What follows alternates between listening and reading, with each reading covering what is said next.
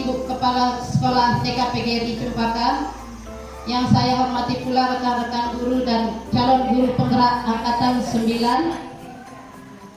Pertama-tama marilah kita panjatkan puja dan puji syukur kehadirat Allah Subhanahu wa Ta'ala, karena pada hari ini kita masih diberikan kesempatan kesehatan sehingga pada hari ini juga kita bisa berkumpul dalam rangka seminar yaitu diseminasi modul 1.4 budaya positif yang nantinya akan disampaikan oleh calon guru penggerak Ibu Siti Humairah. Tak lupa kita haturkan salawat serta salam untuk Nabi besar kita Muhammad Sallallahu Alaihi Wasallam. Allahumma shalli ala sayyidina Muhammad.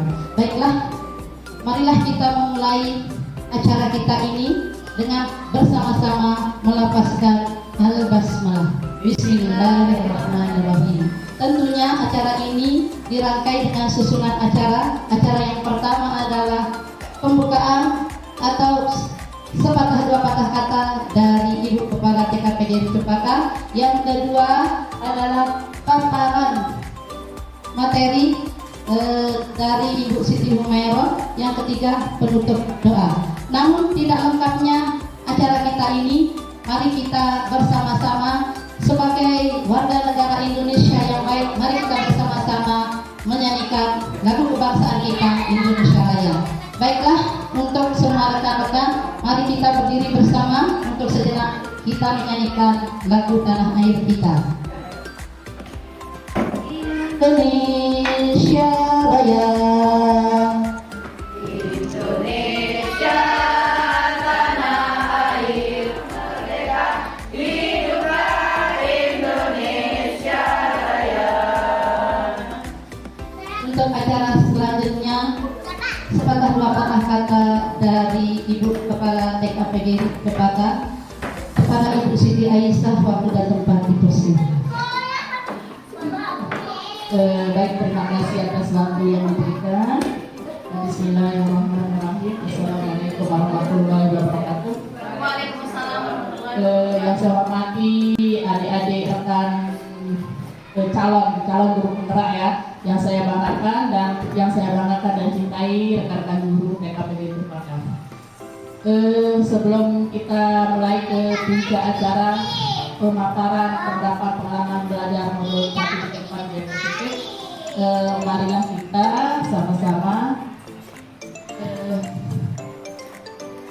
selawat serta salam tentunya kita haturkan Nabi kepada Nabi junjungan kita, Nabi alam, Nabi Muhammad Sallallahu Alaihi Wasallam, yang telah memberikan kita penerangan sehingga kita bisa berada di tempat yang telah bergerak saat ini ya. Baiklah, sepatah dua patah kata dari saya. Di sini rekan guru CDP akan mengusung tentang budaya positif atau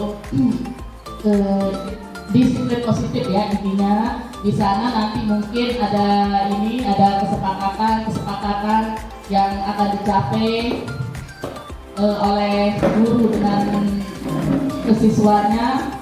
Semoga dengan adanya tentang budaya positif ini, kami harapkan di lembaga tempat adik-adik bertugas ini akan ada ya kesepakatan yang bernilai positif yang akan diterapkan di lembaga masing-masing. Baik, itu aja mungkin yang dapat saya berikan tanggapannya. Terima kasih atas waktunya. Wabillahi taufiq wal hidayah. Assalamualaikum warahmatullahi wabarakatuh. Terima kasih untuk sambutannya kepada Ibu Kepala TKPGRI kepada Ibu Aisyah. Baiklah, kita berlanjut untuk acara kedua, pemaparan tentang diseminasi pemahaman dan penerapan pengalaman belajar modul 1.4 budaya positif yang akan disampaikan oleh calon guru penggerak angkatan 9 yaitu Ibu Siti Humairah. Kepada Ibu Siti Humairah, waktu dan tempat dipersilakan. Bismillahirrahmanirrahim. Assalamualaikum warahmatullahi wabarakatuh. Terima kasih atas kesempatan yang diberikan kepada saya dalam melakukan kegiatan diseminasi pemahaman dan penerapan pengalaman belajar modul 1.4 budaya positif. Kegiatan ini saya lakukan sebagai tugasnya pemenuhan tugas kegiatan aksi nyata modul 1.4 budaya positif.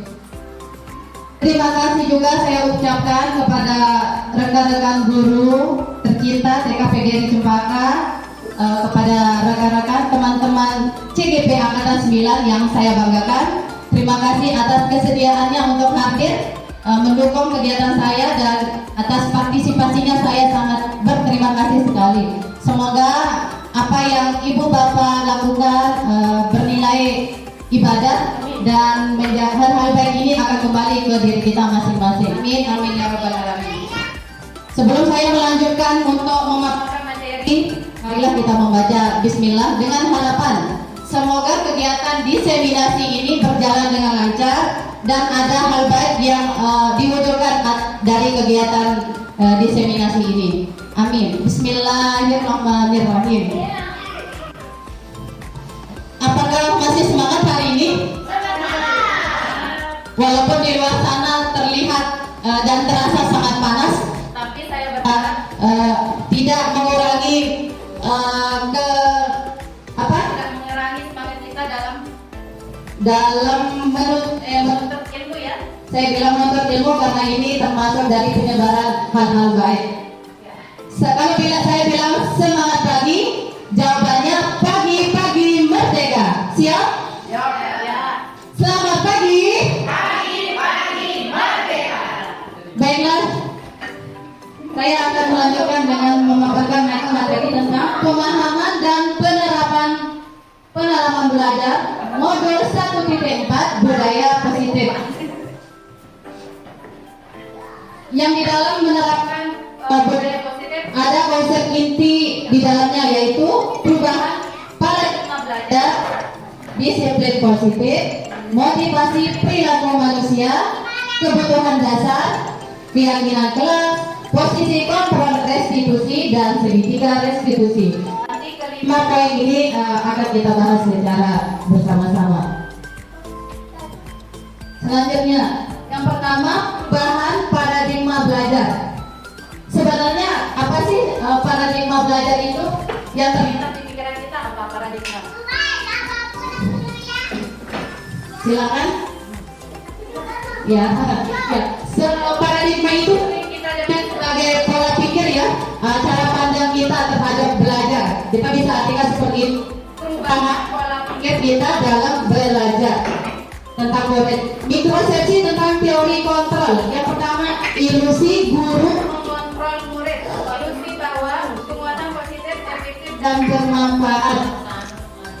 Ilusi bahwa kritik dan membuat rasa bersalah mampu menguatkan karakter, dan ilusi bahwa orang dewasa berhak memaksa. Selanjutnya, perubahan paradigma. Boleh kita contohkan ya? Bisa?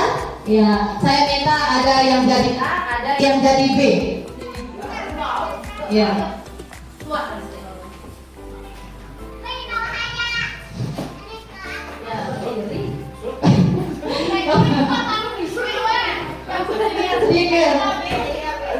Ya, siapa ini aja, siapa jadi A, siapa jadi B? Saya A. Ya. Berarti A harus menggenggam kertas ya, dan B mencoba untuk membuka ya. Bisa kita ini aja ya, jadikan contoh. Menunjukkan. Ini kertas. Coba. Ya, coba B membuka dengan segala upaya untuk membuka kepada tangan Pak Mobda.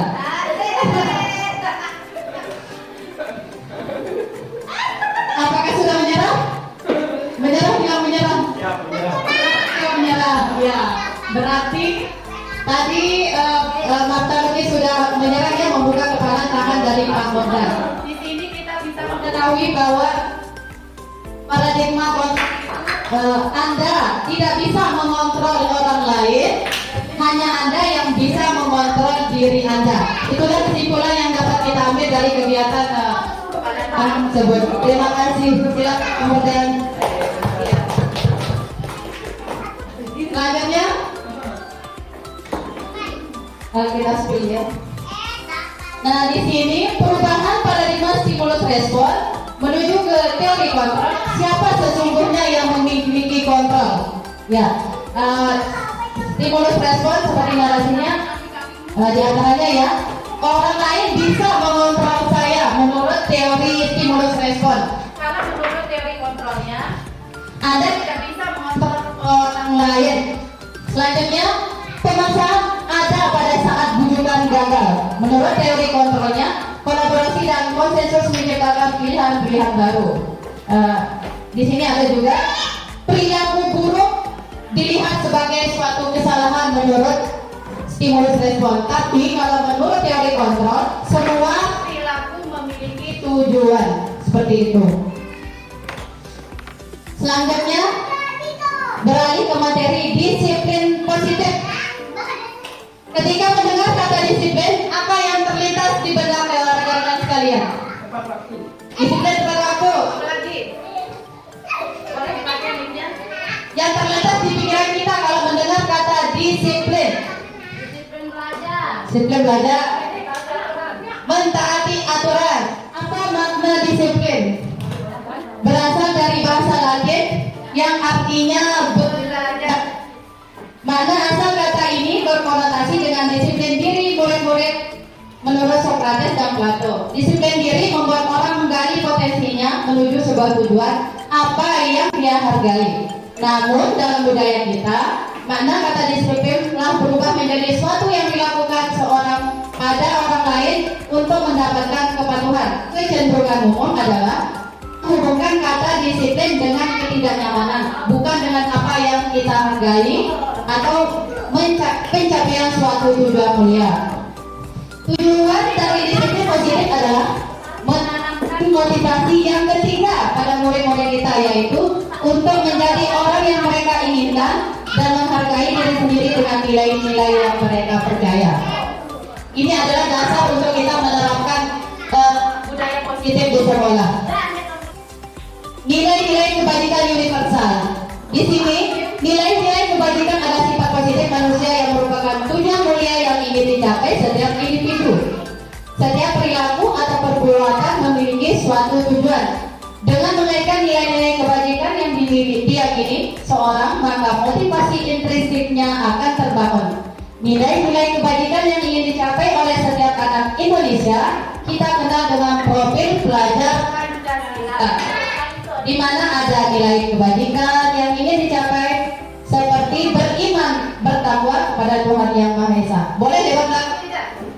Boleh kita bernyanyi profil pelajar Pancasila ini menggunakan lagu? Boleh ya?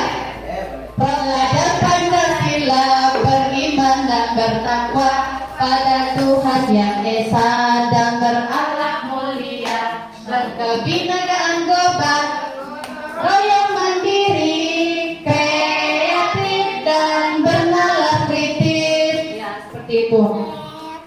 Yang kelima, nilai ini adalah termasuk dari nilai-nilai kebajikan yang harus kita tanamkan pada murid kita agar tercapai disiplin positif di sekolah. Selanjutnya, di sini ada motivasi perilaku manusia. Yang pertama, untuk menghindari ketidaknyamanan atau hukuman. Yang kedua, untuk mendapatkan imbalan atau penghargaan dari orang lain. Yang ketiga, untuk menjadi orang yang mereka inginkan dan menghargai diri sendiri dengan nilai-nilai yang mereka percaya. Tentunya, tujuan dari disiplin positif atau budaya positif ini adalah dengan kita membangun motivasi yang ketiga dari anak didik kita, yaitu untuk menjadi orang yang mereka inginkan dan menghargai diri sendiri dengan nilai-nilai yang mereka percaya. Di sini ada pengertian merdeka atau pemahaman merdeka dari Ki Hajar Dewantara. Itu artinya tidak hanya terlepas dari perintah, tapi juga dapat buat memerintah diri sendiri. Sini ada pertanyaan pemantik ya. Apa perbedaan antara hukuman dan konsekuensi? Yang familiar dalam pikiran kita apa? Pikiran hukuman itu seperti apa sih? Konsekuensi seperti apa? Kalau hukuman itu menurut saya membuat efek jerah. Ya, kalau konsekuensi itu hasil kesepakatan dan tidak boleh dilanggar. Melanggar, dia bisa keluar dari kesepakatan.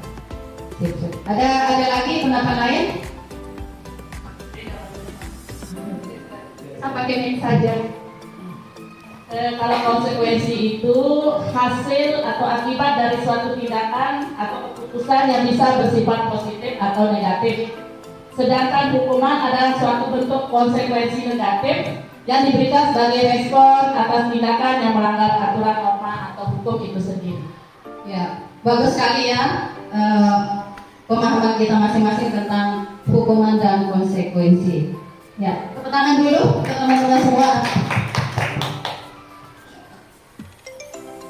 Ya, di sini ada uraian tentang hukuman bersifat tidak terencana atau tiba-tiba. Anak atau murid tidak tahu apa yang akan terjadi dan tidak dilibatkan. Hukuman bersifat satu arah dari pihak guru yang memberikan, dan murid hanya menerima suatu hukuman tanpa melalui suatu kesepakatan. Di sini inti dari hukuman dan konsekuensi itu adalah kesepakatan, ya. Sementara kalau konsekuensi itu adalah kebalikan dari hukuman. Sementara disiplin dalam bentuk konsekuensi sudah terencana atau sudah disepakati, sudah dibahas dan disetujui oleh murid dan guru. Umumnya betul-betul konsekuensi dibuat oleh pihak guru di sekolah dan murid sudah mengetahui sebelumnya konsekuensi yang akan diterima bila ada pelanggaran. Seperti itu. Selanjutnya di sini ada juga diuraikan tentang perbedaan hukuman dan konsekuensi. Selanjutnya, nah di sini ada, kita bisa menebak ya, tugas perbedaan hukuman dan konsekuensi dari narasi yang terlihat ya.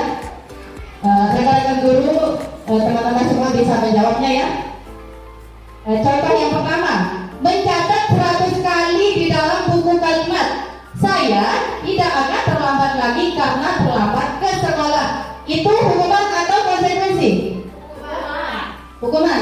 Ya, kita lanjut ya, nanti kita lihat jawabannya pada slide berikutnya. Kemudian, lari mengelilingi lapangan basket 2 kali karena terlambat hadir di sekolah. Ada hukuman, ada konsekuensi. Kita simpan jawabannya dulu ya. Oke, selanjutnya, murid diminta untuk push up 15 kali karena tidak menggunakan masker ke sekolah. Ada konsekuensi, ada juga jawaban hukuman. Ya, kita simpan jawabannya lagi. Selanjutnya, menggantikan kertas tugas teman yang telah dicoret-coret. Ya, kali ini sepakat ya, konsekuensi. Selanjutnya, membersihkan tumpahan air di meja tulis karena tersenggol pada saat belajar.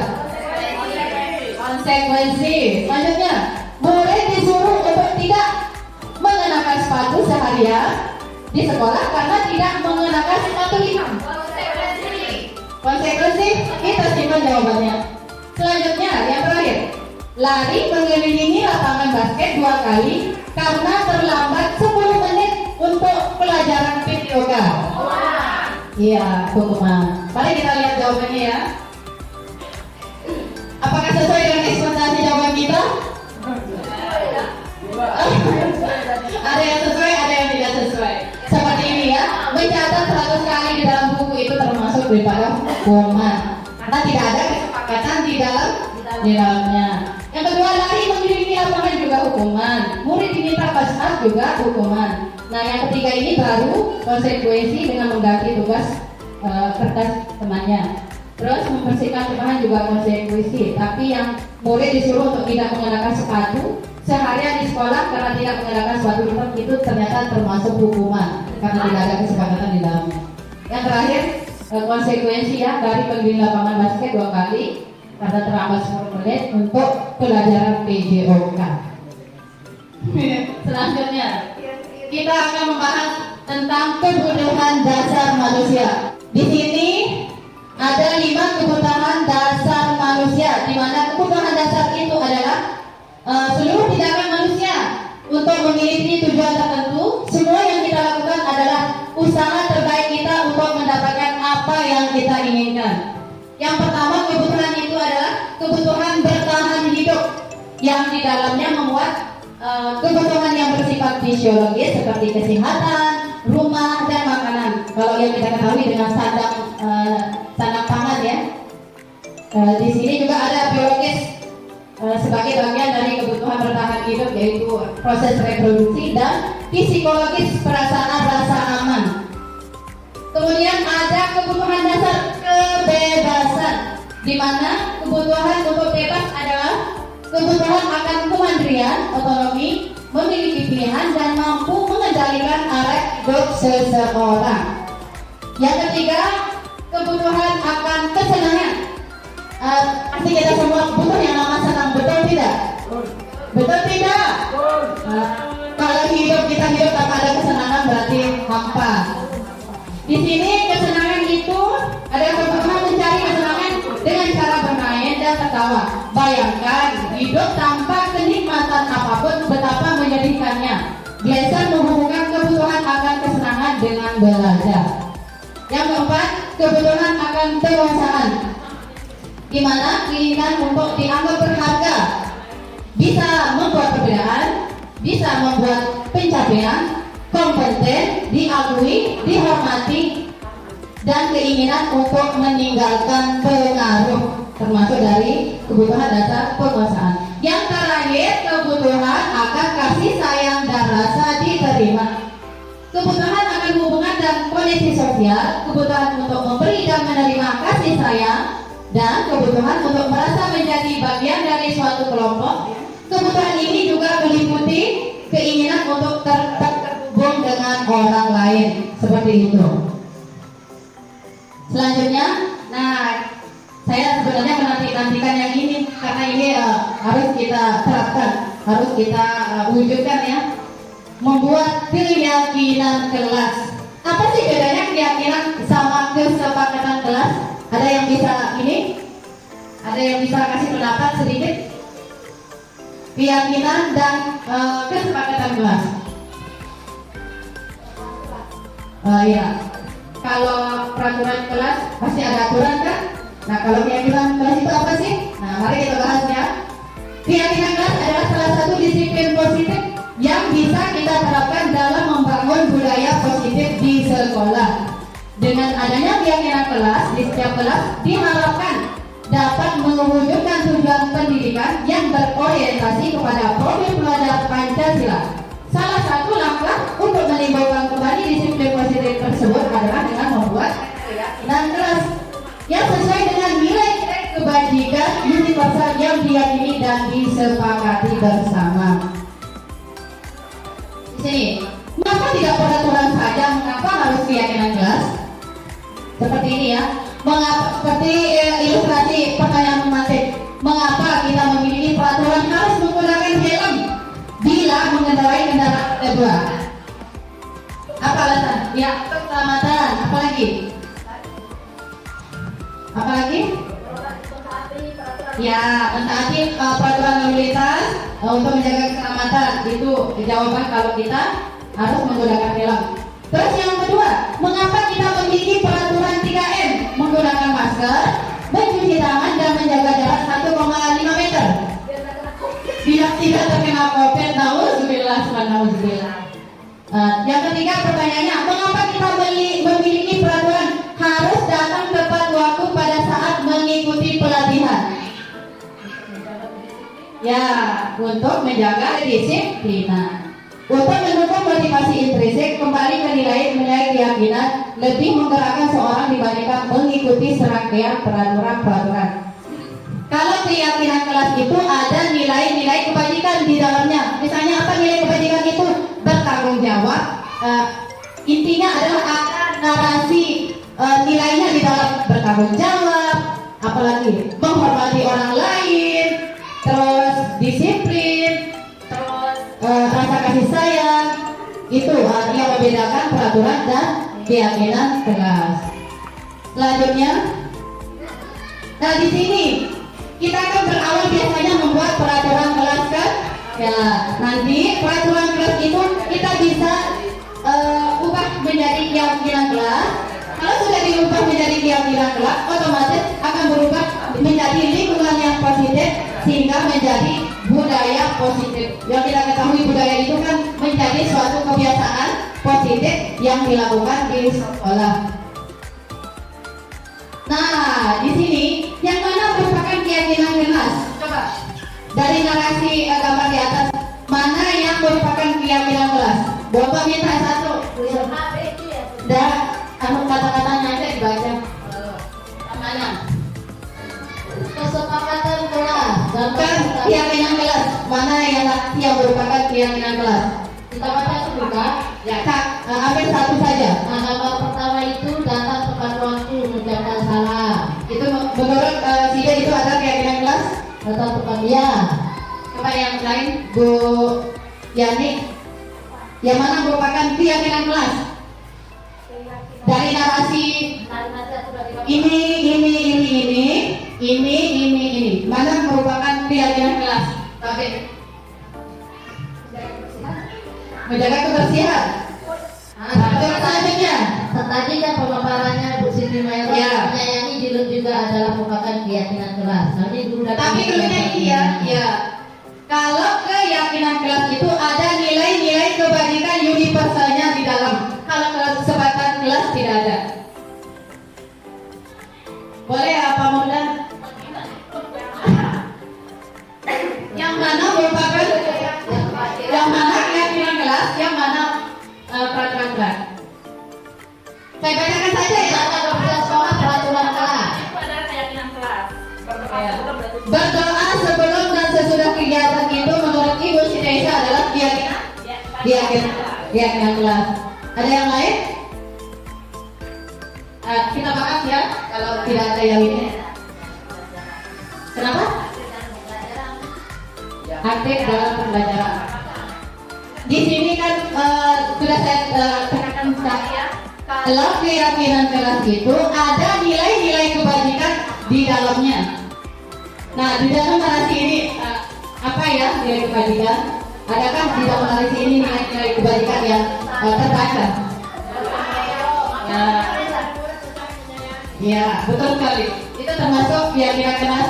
Ada nilai universalnya, saling menyayangi. Yang kedua, semangat itu termasuk nilai kebajikannya ya. Terus menjaga kebersihan. Ya, seperti itu. Kita bisa membuat keyakinan di kelas juga seperti itu ya. Kita mengangkat nilai-nilai yang mau kita ambil untuk kita terapkan di dalam kelas. Ya, karena kita kan mau beralih dari peraturan kelas menuju ke keyakinan kelas akan menciptakan disiplin positif sehingga menjadi budaya sekolah yang kita inginkan. Selanjutnya, nah, mari kita bermain tebak-tebakan lagi. Ya, yang peraturan kelas selalu kembalikan buku ke tempatnya. Apa keyakinan Kelasnya, apa nilai kebajikan universalnya? Selalu kembalikan buku ke tempatnya. Semangat. Semangat. Kita bisa jawabannya ya. Ya. Selanjutnya, dilarang mengganggu orang lain. Apa nilai keyakinan kelasnya? Saling sayang. Saling menyayangi.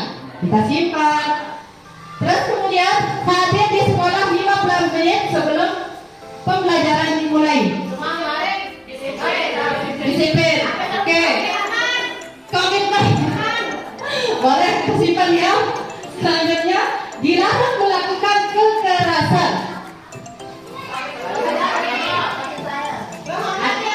Menghormati orang lain. Ada yang kasih sayang? Ya, kita simpan lagi. Yang selanjutnya, dilarang menggunakan narkoba. Ada kesehatan. Selanjutnya, bergantian atau menunggu giliran. Ya, pintar sekali. Selanjutnya, gunakan masker. Coba ibu di sini ibu Ika biar kelihatan kesehatan. Terus yang terakhir ya, jangan berlari di kelas atau koridor. Keselamatan. Saya kasih tahu sedikit ya, kalau peraturan itu biasanya ada nilai negatifnya ya. Itu yang membedakan dengan keyakinan kelas. Kalau keyakinan kelas itu bernada positif dan terdapat nilai kebajikan universal di dalamnya. Mau lihat jawabannya, kita lihat ya. Nah, itu jawabannya. Selalu kembalikan buku ke tempatnya. Keyakinan kelasnya apa? Menjawab. Iya. Terus kenapa mengganggu orang lain? Menghormati orang lain. Ya. Seperti itu ya. Apa sampai di sini sudah terlihat mana itu peraturan kelas, mana keyakinan kelas? Sudah terlihat tidak? Sudah ya. Selanjutnya.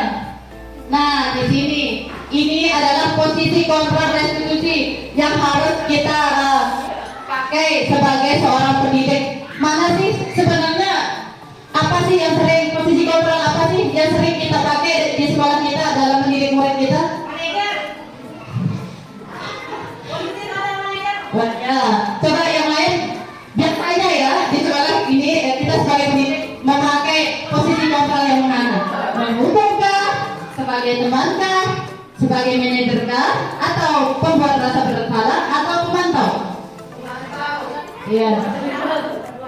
Adakah yang masih menerapkan posisi kontrol menghukum? Saya rasa tidak ya. Kita sebagai pendidik tidak melakukan posisi kontrol sebagai penghukum. Karena kita tahu aturan yang berlaku. Saya uraikan sedikit ya. Penghukum guru senantiasa percaya hanya ada satu cara agar pembelajaran bisa berhasil, yaitu dengan menghukum menggunakan hukuman fisik maupun verbal. Bisa lewat kekerasan secara fisik seperti membuat anak, memukul anak, bisa juga dengan hukuman verbal melalui kata-kata. Selanjutnya, posisi kontrol membuat rasa bersalah akan menggunakan keinginan yang membuat orang lain merasa tidak nyaman, bersalah atau rendah diri, sehingga membuat murid merasa salah dan identitas gagalnya akan tercipta. Terus ke posisi kontrol teman, guru pada posisi ini tidak akan menyakiti murid, namun akan tetap berupaya mengontrol murid melalui persuasi, sehingga murid akan tergantung pada orang lain. Satu orang, murid tidak mandiri, tidak berpikir untuk dirinya sendiri. Selanjutnya, posisi kontrol pemantau, di mana pemantau berarti pengawas. Posisi pemantau berdasarkan pada peraturan dan konsekuensi, sehingga menjadikan murid akan menghitung konsekuensi dan hadiah tanpa memahami nilai kebajikan yang dituju. Murid tidak sepenuhnya mandiri. Nah, posisi kontrol yang kita harapkan sebagai pendidik pastinya adalah manajer. Yang saya pribadi ya, saya menerapkan posisi teman dan pemantau selama ini. Maka dari itu saya akan berusaha beralih dari posisi teman dan pemantau ini kepada posisi manajer. Apa itu manajer? Posisi di mana guru berbuat sesuatu bersama dengan murid, mempersilahkan murid mempertanggungjawabkan perilakunya, mendukung murid agar dapat menemukan solusi atas permasalahannya sendiri, mengacu kepada restitusi yang dapat menjadikan murid kita seorang manajer bagi dirinya sendiri, sehingga murid menjadi mandiri, percaya diri dan dapat menyelesaikan masalah. Seperti itu. Selanjutnya, nah, mari kita bergerak ya. Bergerak, maksudnya bukan bergerak secara fisik, tapi bergerak secara paradigma dan perilaku ya. Peraturan di sini kita yang sebelumnya sebagai pemantau, peraturan pemantau atau tadi itu apa? Betul. Iya, pemantau dan teman. Maka kita harus beralih menjadi manajer dengan nilai-nilai kebajikan universal di dalamnya. Nah, selanjutnya kita membahas tentang materi segitiga restitusi. Segitiga restitusi adalah sebuah cara menanamkan disiplin positif pada murid. Restitusi membantu murid menjadi lebih memiliki tujuan, disiplin positif, dan memulihkan dirinya setelah berbuat salah. Penekanannya bukan bagaimana perilaku untuk menyenangkan orang lain, atau menghindari ketidaknyamanan, namun tujuannya adalah menjadi orang yang mereka hargai dengan nilai-nilai kebajikan yang mereka percaya. Segitiga restitusi sendiri merupakan 3 langkah pokok dalam menegakkan disiplin positif. Ya, seperti kalau anak mempunyai permasalahan atau mereka melakukan pelanggaran terhadap aturan yang di sekolah, kita bisa melakukan penerapan segitiga restitusi dengan langkah-langkah sebagai berikut, yaitu menstabilkan identitas, validasi tindakan yang salah, dan menanyakan keyakinan. Nah, di sini menstabilkan identitasnya. Bagaimana sih caranya kita sebagai guru untuk menstabilkan identitas anak ketika anak melakukan suatu perilaku yang tidak sesuai dengan aturan? Guru berkata, berbuat salah itu hal yang manusiawi.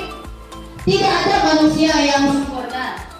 Bapak Ibu juga berbuat salah. Kita pasti bisa menyelesaikan permasalahan ini. Bapak Ibu tidak tertarik untuk mencari tahu siapa yang benar dan siapa yang salah. Bapak atau Ibu guru lebih tertarik untuk menyelesaikan masalah. Kalau kamu menyalahkan dirimu sendiri terus-menerus, apakah kamu bersikap baik pada dirimu sendiri? Nah, seperti inilah contoh narasi ya dalam menyelesaikan permasalahan anak didik kita, yaitu dalam tahap menstabilkan identitas. Yang semua narasi ini berkonotasi positif. Selanjutnya, kalau kita sudah berada pada tahap menstabilkan identitas, selanjutnya berlanjut ke tahap validasi kebutuhan. Karena yang seperti kita tahu sebelumnya ya, setiap anak melakukan sesuatu itu pasti ada alasannya tersendiri kenapa mereka melakukan hal seperti itu, dengan tidak menyalahkan atau mencari kesalahan anak. Pada dasarnya setiap tindakan manusia ada tujuannya. Ya, seperti contoh dengan guru berkata, kamu bisa saja kan melakukan hal yang lebih buruk, tapi kamu tidak melakukannya kan? Ya, kamu pasti punya alasan mengapa melakukannya. Apa yang penting bagi kamu? Kamu boleh tetap berusaha menjaga sikap itu, tapi tambahkan sikap yang lain yang baru. Maukah kamu belajar cara lain untuk mendapatkan yang kamu butuhkan tanpa harus memukul?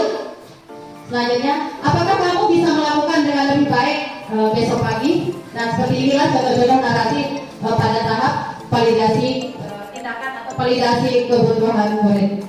Yang terakhir yaitu menanyakan keyakinan. Nah, di sini itu adalah puncak dari keyakinan kelas yang kita buat ya. Seandainya ada anak yang melakukan tindakan yang tidak sesuai dengan aturan atau tidak sesuai dengan keyakinan kelas, maka kita bisa menerapkan dengan menanyakan keyakinan kelas. Seperti guru berkata, apa nilai yang kita percaya di kelas atau sekolah kita? Nilai universal apa yang telah kita sepakati? Kelas yang ideal itu seperti apa sih? Kamu ingin jadi anak yang seperti apa? Terus apa yang kamu rasakan ketika kamu melakukan itu? Kamu menjadi orang yang seperti apa? Ya, seperti itu. Semua langkah-langkah segitiga restitusi ini adalah berkonotasi atau bernarasi positif ya. Itu yang membedakan dalam kita menyelesaikan permasalahan yang dialami oleh anak. Selanjutnya sekian dan terima kasih.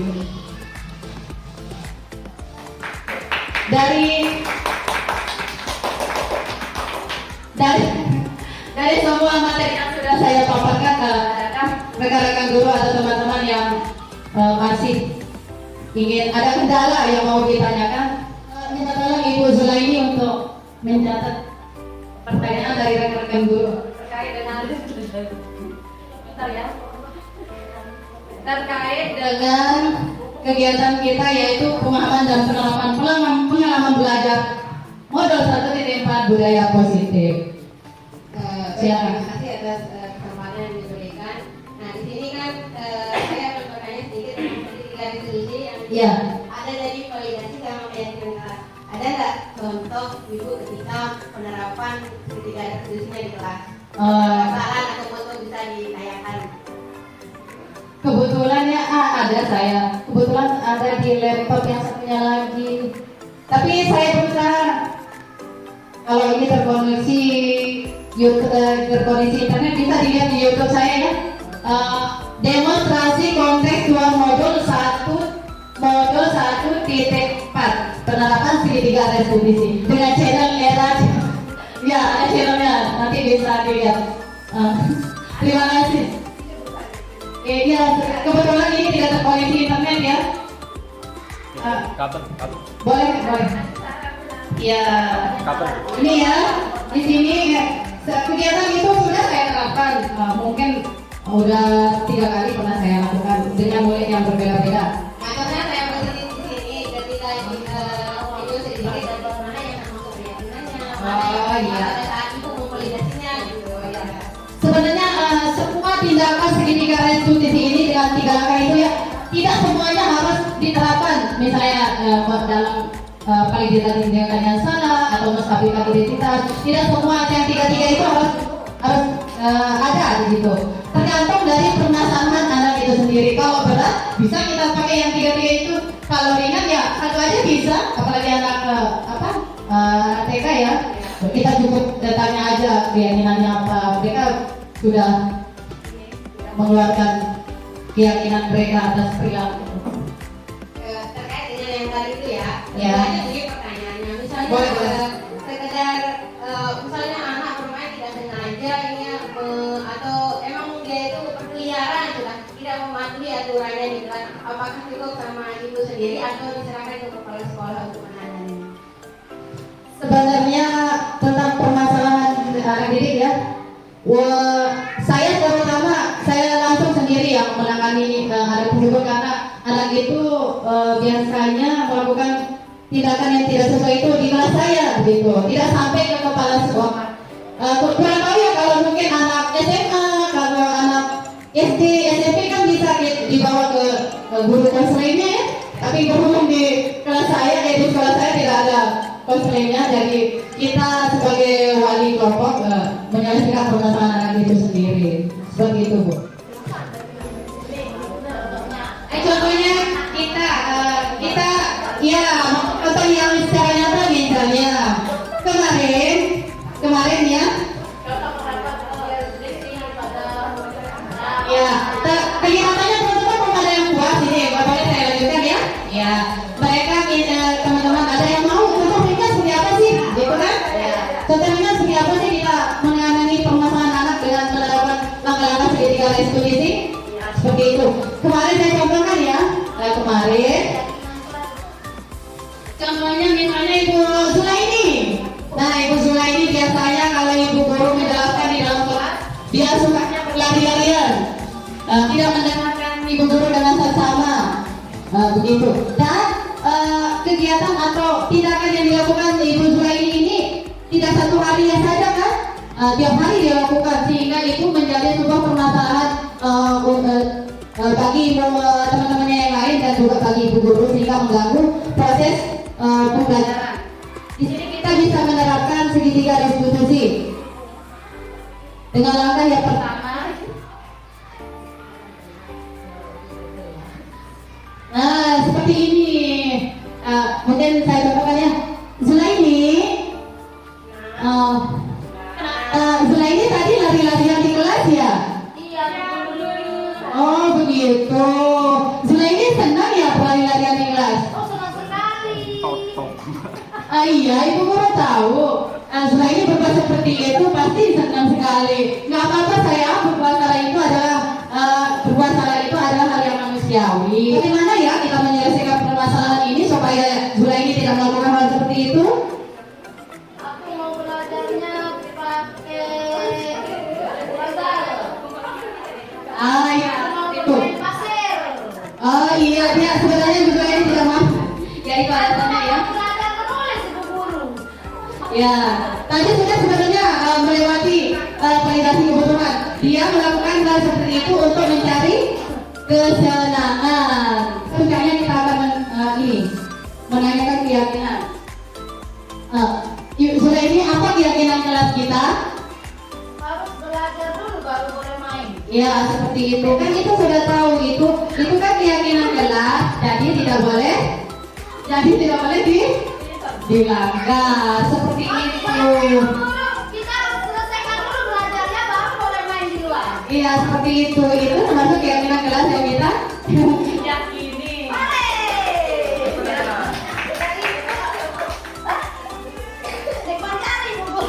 Sehingga Inti dari keyakinan kelas itu adalah munculnya motivasi intrinsik. Maksudnya motivasi intrinsik adalah motivasi yang ada dalam diri anak itu sendiri ya, sehingga mereka mampu memberi jawaban atas pertanyaan dari guru tadi. Kenapa melakukan seperti itu dan apa keyakinan kelas yang kita sepakati, yaitu iya selesaikan tugas dulu boleh bermain, sehingga anak itu secara tidak langsung sudah ada motivasi intrinsiknya di dalam dirinya sendiri dalam menyelesaikan permasalahannya. Ya, mungkin ada yang lain? Silakan bagi rekan-rekan teman-teman yang ada pertanyaan atau ada hal yang menjangkau yang mau ditanyakan. Ada? Silakan. Coba diperjelas apa perbedaan keyakinan dan peraturan. Apa? Apa perbedaan antara peraturan kelas dan keyakinan kelas? Ya, bagus sekali pertanyaannya ya. Selama ini kita lakukan dan terapkan sebagai guru ya, membuat kesepakatan kelas ya, betul tidak? Ya, kesepakatan kelas. Biasanya kalau kesepakatan kelas itu narasi atau konsepnya itu negatif, misalnya dilarang berkeliaran, dilarang lari-lari, tidak boleh memukul teman, begitu, dan tidak ada nilai ya, maksudnya nilai itu adalah narasi nilai kebajikannya tidak ada di dalam. Itu termasuk peraturan kelas. Jadinya yang kita mau hindari adalah jangan ada sampai kalimat negatif itu ada, sehingga anak-anak akan terbayang konotasi negatif, sehingga motivasi intrinsik itu tidak ada. Mereka akan mentaati peraturan itu karena ada aturannya. Jadi mereka takut kalau tidak karena ada contohnya ada peraturan kelas itu jangan lari-larian. Nah, pasti kalau ada bilang jangan pasti ada hukuman atau konsekuensi yang harus mereka tanggung, sehingga motivasi intrinsik itu tidak ada pada diri anak-anak. Mereka akan terpacu pada hukuman. Kalau saya lari-larian pasti saya akan dapat hukuman atau saya akan dapat konsekuensi dari guru, begitu, seperti itu. Kalau keyakinan kelas, bedanya ada nilai kebajikan universal di dalamnya. Seperti narasi yang tadi ya. Sebentar dulu. Nah ini kan, ya.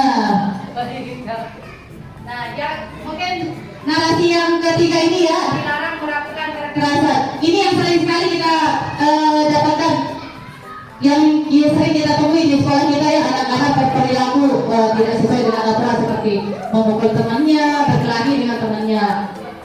Nah di sini nilai kebajikannya adalah keselamatan, menghormati orang lain. Bisa kita tambahkan narasi kata-kata. Mungkin kalau untuk SMA nilai universalnya ada di timbulkan, tapi untuk jenjang PAUD, jenjang kelas 1 SD bisa kita tambahkan. Seperti yang kemarin saya lakukan yaitu bertanggung jawab. Saya ambil nilai pendidikan universalnya dulu di depan. Bertanggung jawab dengan cara membereskan mainan, seperti itu.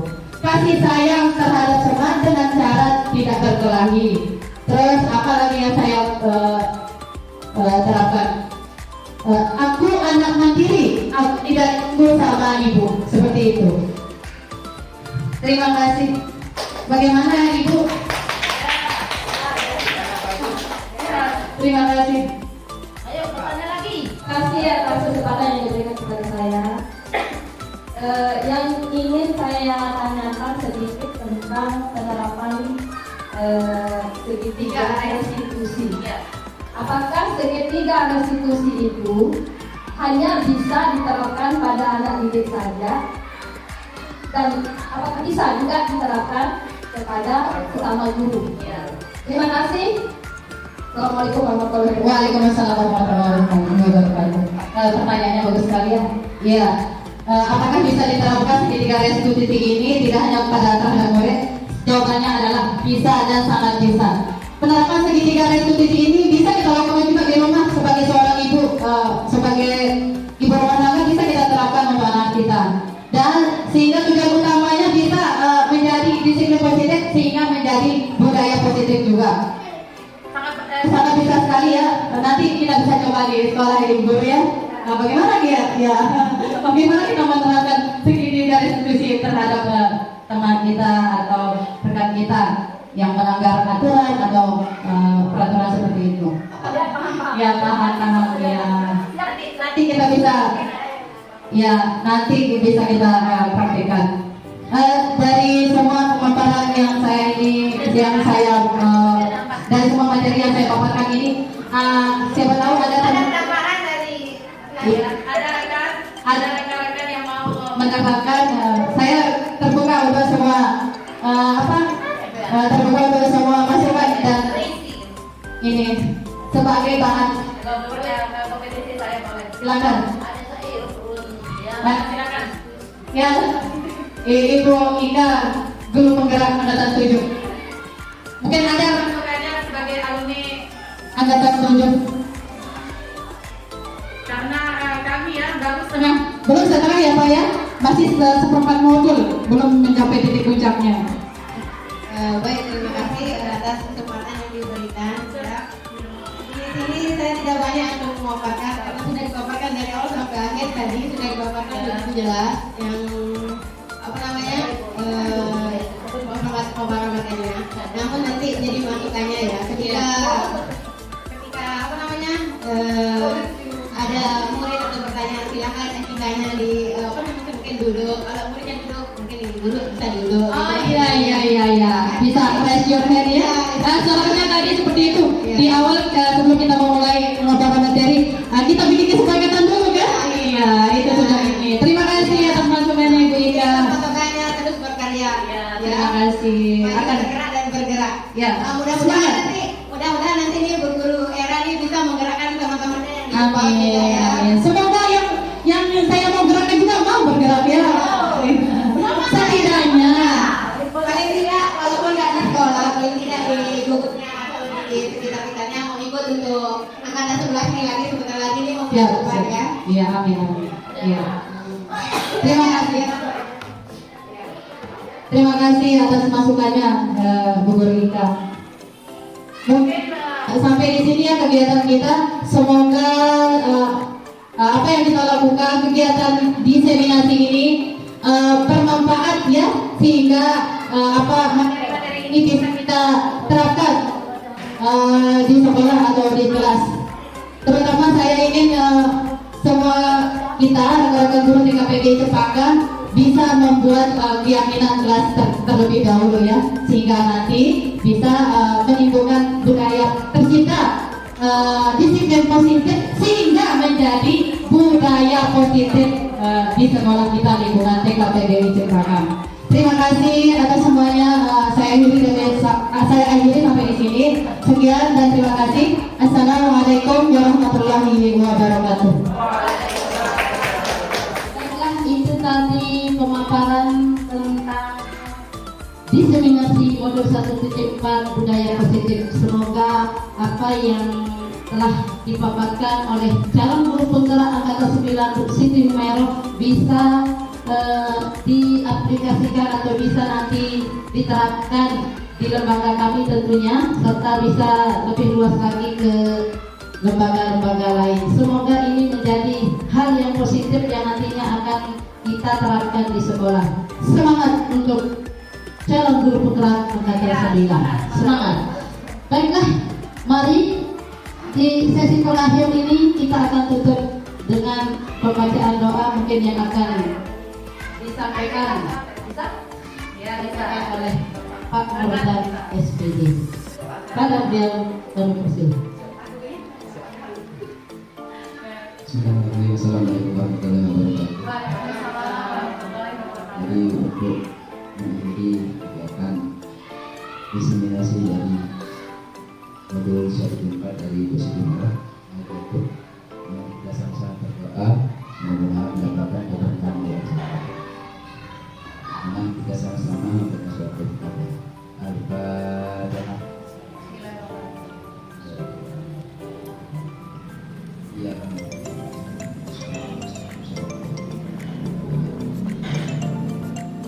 Ya, Assalamualaikum warahmatullahi wabarakatuh.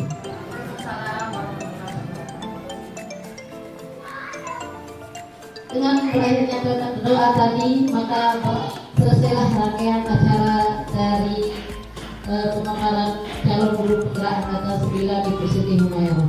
Semoga semuanya terus berjalan dengan lancar untuk angkatan 9. Semangat untuk calon guru penggerak angkatan 9. Semangat, semangat, semangat. Wabillahi taufiq wal hidayah. Wassalamualaikum warahmatullahi wabarakatuh.